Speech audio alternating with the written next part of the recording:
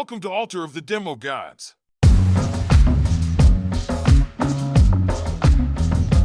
If you're wondering what advice from two experienced sales engineers sounds like, it's a little like this. Welcome back to Altar the Demo Gods. I'm Keith Wilson, joined by my co-host, John Morton, and our guest for a fourth week in a row, Jayden Belcher. Jayden, John, welcome back. How you guys doing? I know we just recorded, but to everybody else, it's been a week since we've talked. How you guys doing? Ahoy, hoy. We took our break. Ahoy, hoy. You're bringing it back. We need to get that. We need to get some ahoy, hoy. I'm going to do a cold call and drop the ahoy, hoy. I want to see how it goes over. Instead, no one's ever called me. I also want to.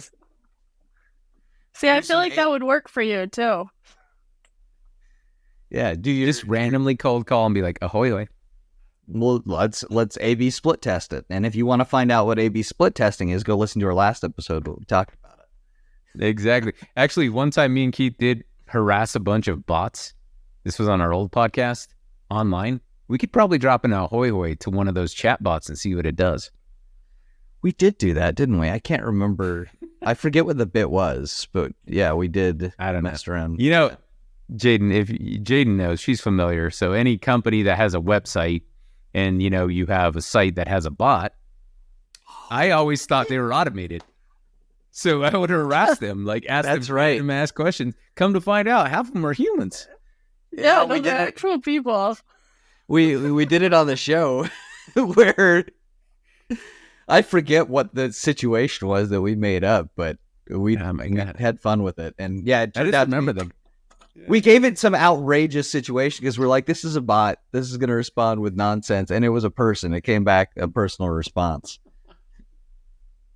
That was yes. If you see any ahoy hoys, you know it's me terrorizing the bots globally. So no one else is using that. No AI yet that I know of. Yeah, so last week we talked about outbound marketing or outbound sales, outbound lead generation, whatever, however you want to call it.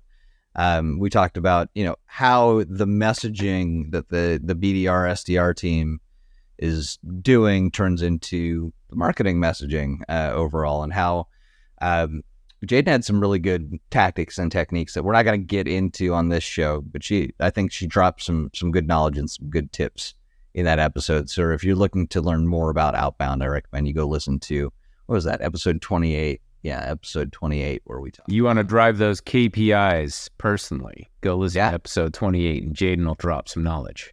Yeah, including what KPIs are and how they apply to the situation. So in this episode tonight, we're falling back on a favorite saying of ours, and that's the who's who in the zoo. So we're going to talk about identifying stakeholders, identifying who's who in the zoo, who the players are in a sales campaign. And it goes beyond just title, which we'll get into that a little bit. But it also gets into the medic or the med pick labeling, right? Who's the coach? Who's the economic buyer? You know, or who's the project sponsor if we're talking in terms of customers that are doing some sort of project-based sale, which most of the time your sale should be tied to some sort of project, right? So let's start the conversation with talking about why it's important to identify the right people up front. And we'll get into it as we progress through the deal, but let's talk about it from the beginning. Yeah. So Jayden, when you're identifying who you should talk to online, are you the initial contact? Is it just anybody that you can get in touch with, or are you selectively choosing? I would say I'm selectively choosing. I'll throw like some extra LinkedIn requests to just kind of a few different people just to kind of build up connections, to build credibility. If I'm going to reach out via LinkedIn to see like we have mutual connections. So from that perspective, I will, but from a meeting qualification perspective, I'm very precise on who I reach out to, who are your ideal ICPs that the messaging's going to resonate with. Because you don't want to waste your time, especially if someone doesn't have any buying power or is just curious on what, you guys are selling, just interested in seeing a demo and not really interested in tire kicker fixing a problem. Correct. Yes. Correct. Yeah, tire kicker. And you said it right. Because the downside of ignoring who the roles are, who the people are that you talk to, is you end up wasting your time, particularly in the beginning, right? If I'm talking to somebody who has nothing to do with the solution that you're selling, you're wasting a lot of time up front. I think, so a bad acronym, and I'm going to teach it to every listener, but one of my favorites that I used on the sales side, and it's a NINA, NINA. We should have acronym of the day again, Keith. NINA. What a NINA is no influence, no authority. No influence. So they have no influence and they have no authority. Why are we talking about that? Back to Keith's point, when I think about MEDDIC, I always think about the decision process and the purchasing process. In the process, we need somebody to help us get to those people who are not NINAs, those people who are part of the process and they have some integral role in purchasing software or whatever we're selling. You want to know who those people are. But there are NINAs out there. And the NINAs, they'll take the free dinners. They'll take the 15 minutes just hanging out with Jayden because I don't talk to women regularly. They just, they're out there. So you got to weed through them NINAs. But yes, understanding who they are is critical to that purchasing process. But I mean, what are the odds that the first person that you talk to has influence or authority? Pretty low, right? So to that point, and we talked about this in the last episode, and I think Jayden hit on it, and I kind of pulled it out from what she's saying, is the research. The research is critical, right? And this is where, if you think about this, for anybody who's, as a sales leader, if you're trying to develop KPIs, and if all I said was, Jayden, all you have to do is book 5 meetings a week, and I will give you your quota. Jayden can go out, if she was a very bad person, and book 5 meetings literally with, I'm going to call 5 of my friends. 5 of her homies, right? I'm going to go buy 5 burners and make up 5 names. My voice. And change my voice slightly to offensive stereotypes of other accents. I had 5 meetings, so this is a Luigi. This is Tom. No, you can. So you got to think about these things holistically. So you're right, Keith. You can't always get to who you need to, but also you need some baseline by which to measure. Are you at least calling the right person? Yeah. Right. So yeah. I don't use NINA negatively, or the right teams, right? Dude, an executive if you get one person to answer. Yeah. And you get one person and then you kind of get to talking to them and if you ask the right questions, you can sort of map out who's who in the zoo based on if they're willing to tell you. So there's different tactics in sales leadership to associating weight to who you're talking to. That's maybe a whole nother conversation. But the net of it is, don't just give me 5 people that you talk to as part of your KPIs. Let's try to get to somebody who might eventually have influence in purchasing what we're trying to buy, understanding the purchasing authority. And if Jayden even told me in one 30-second quip, I looked him up on LinkedIn, he has more than 50, or she has more than 50 connections, and they're actively participating in the organization's conversations, all right, it's not a NINA. You know what I mean? I want to say, I want to point out a mistake that a lot of people make in identifying who's important.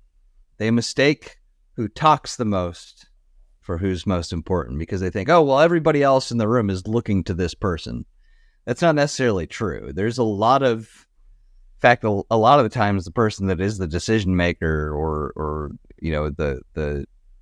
the executive in the room or whatever is usually the most quiet. They're sitting back and absorbing everything that you're saying.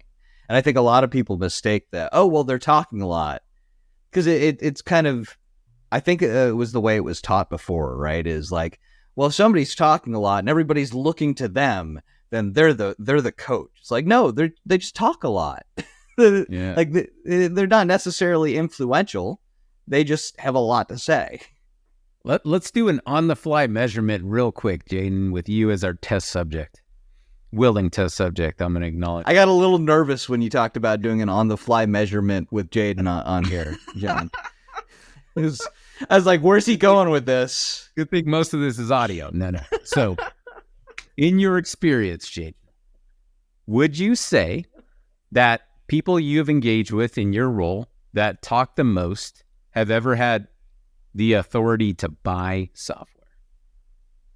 They wish they did. Normally, is what I've gathered. But normally, no, they don't. They just like to hear themselves talk. I will say I have had coaches before that were the guys that talked the most, but that wasn't their value. That's not the signal that I was looking for to understand. Like, oh, this is the coach, right? I wasn't looking for the person that talked the most. You understand the people that are tuned into what projects are going on, right? Because they can talk deeply about, okay, this project's going on, and they can articulate how they play into that project as well, right? Right. Those are going to be your coaches. So you may still get talkative coaches. You may even have an EB that's talkative too. So this isn't like a hard and fast rule. I'm just saying, don't follow the old wives' tale or whatever you want to call it of whoever's talking the most is the coach or the decision maker. That's important at all. That's perfect, Keith, because I think the key here, and Jayden can tell you this much at least, and I learned this from criminal justice and law enforcement, is when someone gets diarrhea of the mouth, they're not a bad person. I'm just writing down literally everything they say. They're going to tell you everything that they know. And I guarantee you there are nuggets in there that are valuable to what we're trying to do in selling maybe software. They're going to tell us who we need to talk to. They're going to tell us what they're working on. They're going to tell us this, and that. Back to your point, Keith. They're normally not the person who has that authority or influence to buy something, but I'm not saying they're not valuable. They are always diarrhea of the mouth, just spewing it out. And I'm like, let me wipe that up for you. Oh yeah. I mean, talkative people can be great sources, right? Great sources of information.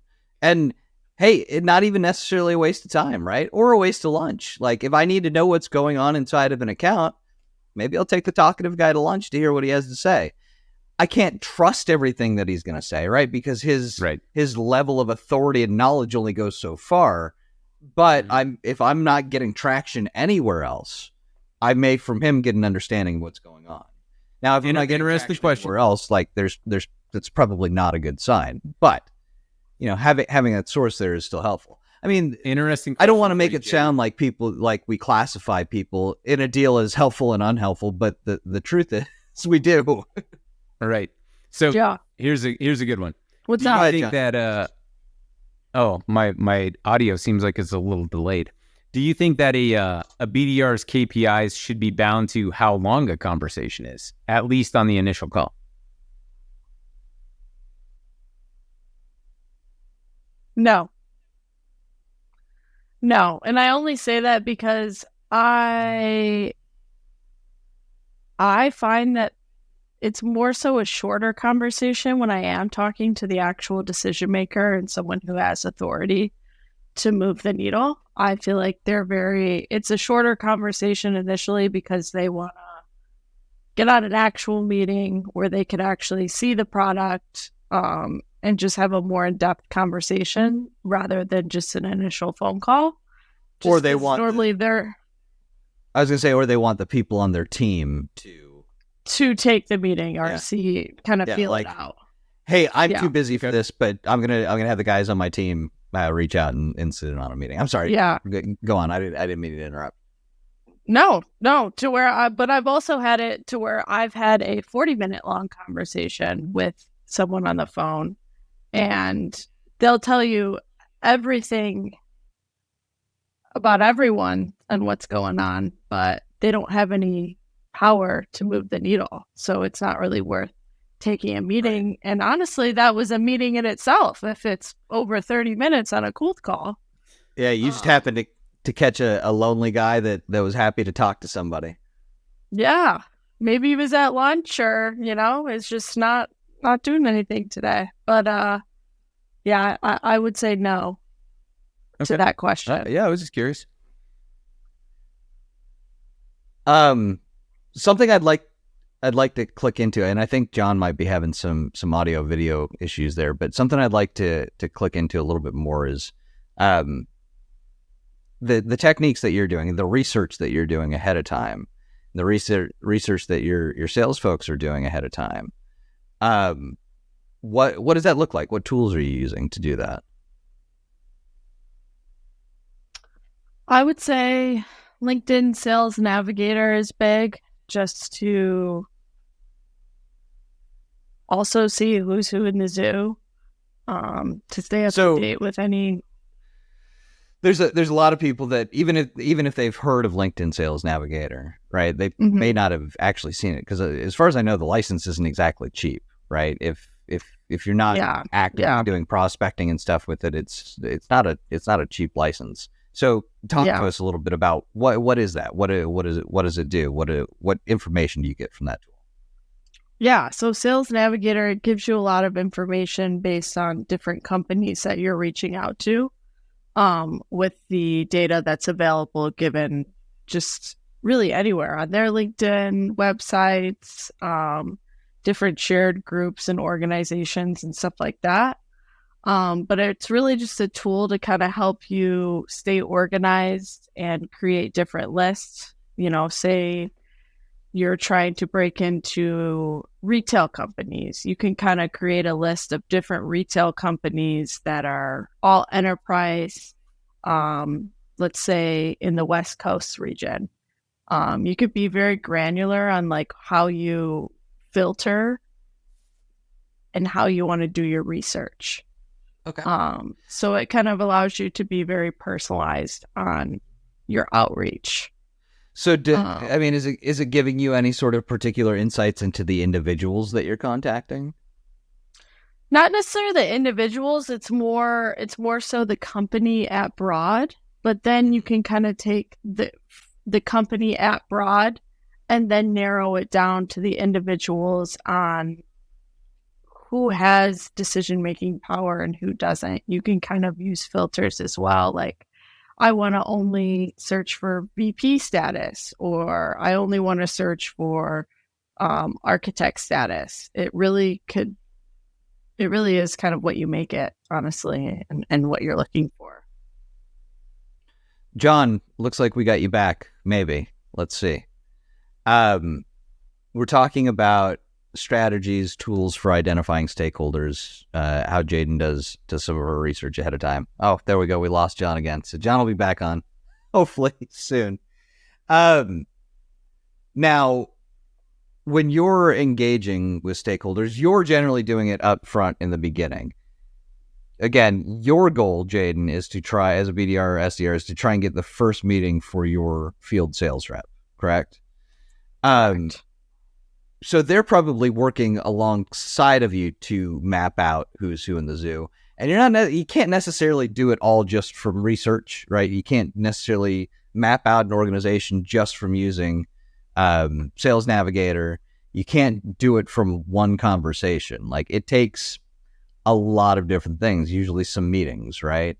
And during the discovery, and we brought up discovery and having discovery meetings multiple times. I think we're due to record an episode on it here soon. But when you're doing discovery, part of that is trying to suss out who is who in the zoo and trying to understand actual titles and how they fall in the organization and how they align to the product, or more importantly, the project, or more importantly, the pain that you're trying to solve, right? Because the higher up the chain you go, wherever that pain sits, the higher it is, the more likely that pain will get resolved faster, right? So that's why you're trying to get to the top of that, to the decision maker. Hopefully, the decision maker has the pain, or at least they're feeling the pain from the other team. So sometimes you have to amplify that, but it does take many conversations. It's not, well, we're just going to screw around on LinkedIn and do some open source intelligence gathering or anything like that to try and figure out who it is. It's actual conversations. When you're having that first call with them, do you have any questions that you ask them to try and figure out? Like, who they are to the organization, what they're doing in the organization, anything like that? Definitely. Yeah, definitely. I have a list of just qualifying questions on, what their role is at the company. I mean, do you and then straight up just ask them, like, what do you do? Like, what's your role? Yeah. Who's your boss? Yeah, just that forward. So, yeah, I mean, obviously feeling out the conversation, see if it's appropriate with that prospect to ask. But yeah, sometimes it's as simple as that. Like, hey, what do you do? What's your role? What pain are you feeling? People are open to answering those questions, and then also just asking like for referrals as well is a good way to leverage and see kind of who's who in the zoo as well as you start to have conversations with different personas within the company.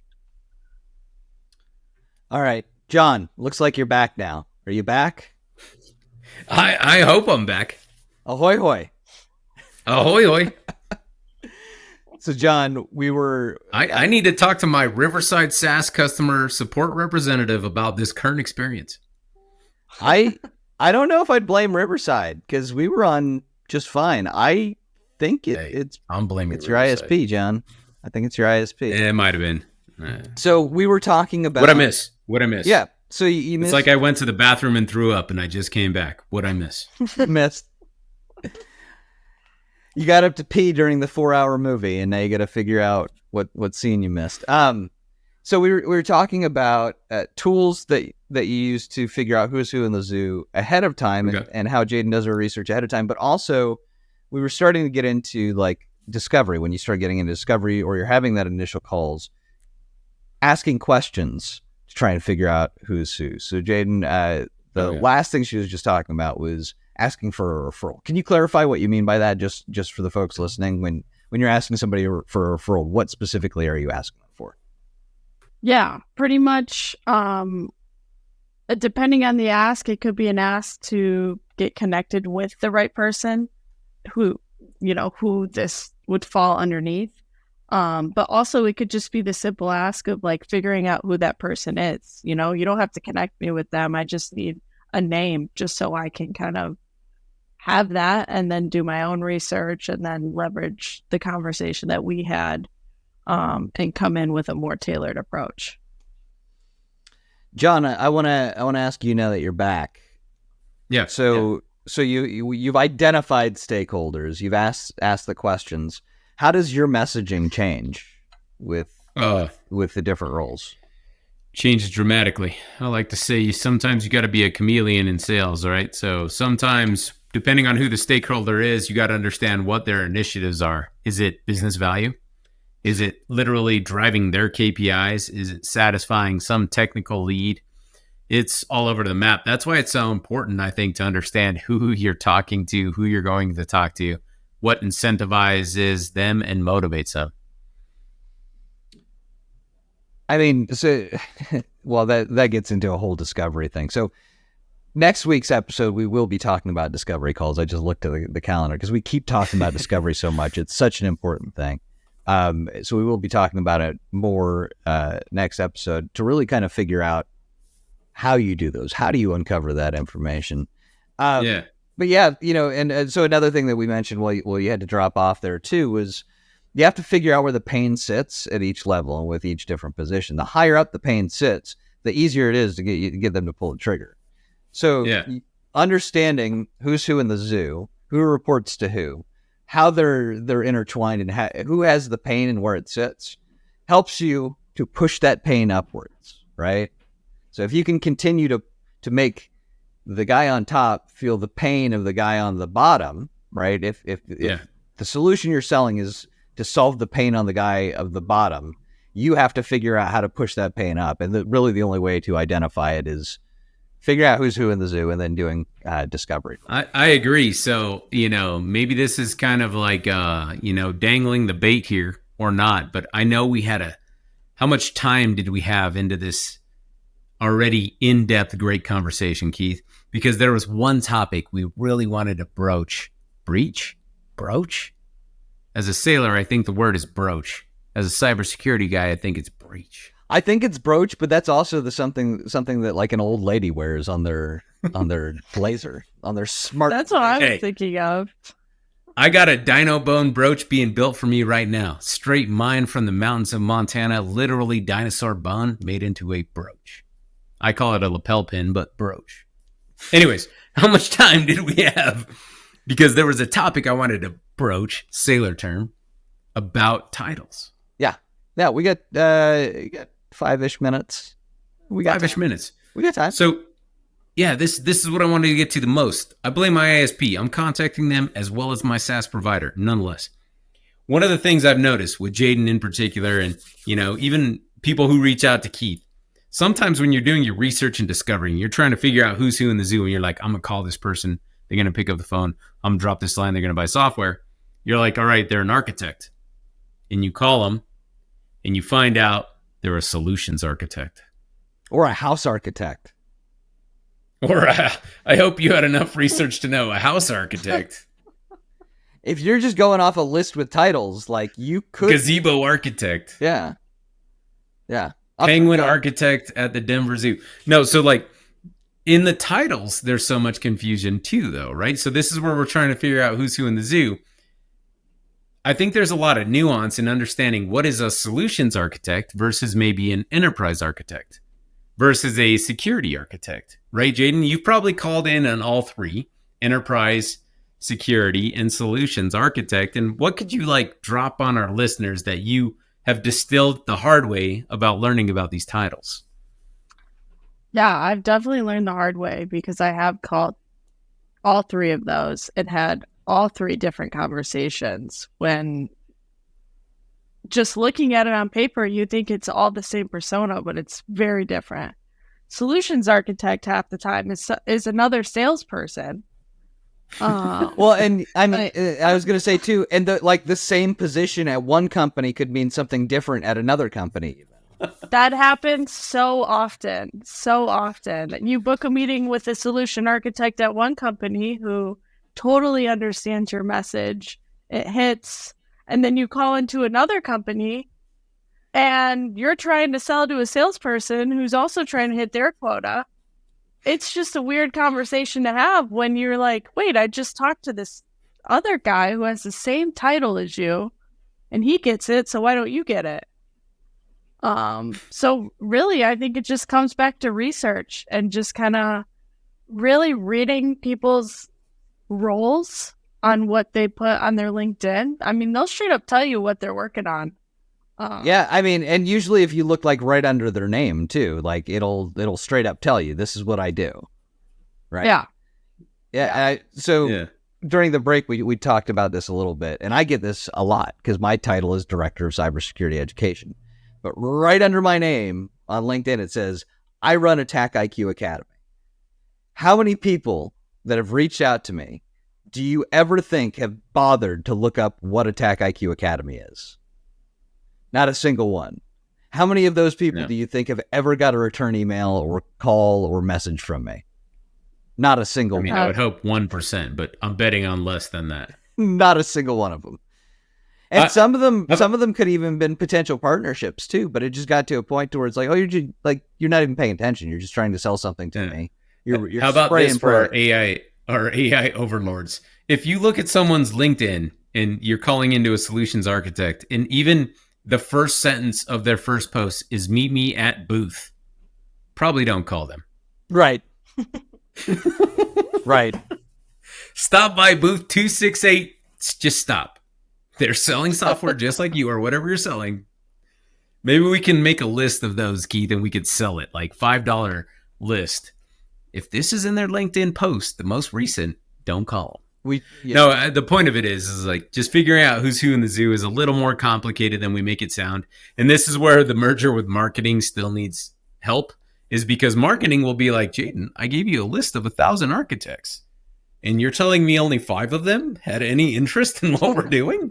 Well, yes. Yeah. 100 of them built houses. I gave you the director of security education and he didn't want to buy software? It's on you. Yeah. Right? Yeah. Exactly. But at the same time too, that's part of that BDR SDR role too, You're not going to necessarily Figuring know if that out. title's, yeah, you're not going to know if that title's right or not. So you got to you got to figure it out quick, right? Am I talking to the right person? And maybe that's by design of like, I don't respond back to any of their emails or their LinkedIn messages. Maybe that's by design, right? I'm not wasting anybody. They're not wasting any more time that way. They probably weren't wasting any time in the first place by sending me the automated email that they got from some paid for list, right? I'll leave it at this. The net of this conversation. If your KPIs are as simple as get 5 meetings, call me. You're going to get John, Johnny, Habib, and Jonna. And we're going to have all different email addresses, all basically the same at Gmail, Hotmail, and whatever.com. And I will get you to your KPIs. We'll all have the same title on LinkedIn. One of them will be a lady that speaks like this. I hope we don't get canceled with that one, Keith. You're But gonna have nonetheless, to you're going to get all 5 personas if you call me. I'll tell you that much. Call me throughout the night even. It's even better. All right. It's that point of the episode now where we summarize. And this one we talked about who's who in the zoo. For me, it was, it's hard to identify, especially with the tools and research that you get. I think, just cutting straight to the point and asking people straight up and, as part of your discovery or your initial call that you're doing with them is, what do you do? Not just what your title is, but what do you do? If you can find out what their pain is and see if you can push that upward, right? As you're building out your map of who's who in the zoo. We're going to do same order as last time now. So I'm going to move over to Jayden. Jayden, what are your thoughts on this week's episode? Yeah, I would say really just using the technologies that you can to do the research to figure out who is who in the zoo on your own, but then also just picking up the phone and asking, what do you do? Yeah, it's a combination. Who's in charge of this?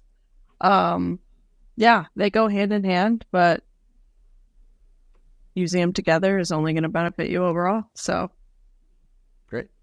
John, you missed half the episode, but what are your thoughts? Dude, I told you I was throwing up in the bathroom, but I'm back now, prepped and ready to go. So the benefits here. Always remember the term Nina. No influence, no authority, but that doesn't have any impact on what you do per se. Everybody's valuable. Even if they have diarrhea of the mouth, let them spew. Gather the data, do the research, figure out who you want to talk to, and then cater the message specifically to that person. Understand what their title and role is. And it's as simple as Jayden pointed out, asking a couple questions. What do you do? Yeah. John, Jayden, great episode. This was another fun one. We always have fun when Jayden's on. It's always good to have a guest. Jayden, you've been great these the past month worth of episodes that you're going to be on for all of the listeners of Alter the Demo Gods. So if you enjoyed this episode, put all of our episodes on our website, demogodspod.com. You can also find them on YouTube. Everywhere that you get podcasts, you can get the audio version of our show. And we link to all those on our website, which again is demogodspod.com. If you have questions for us or think you'd be a good guest on the show, you can email us at demogodspod@gmail.com. Tune in next week. We plan on talking about discovery. That could change, but we really do need to talk about it. So I think it's an important one that we'll cover in next week's episode when you join us here on Alter of the Demo Gods.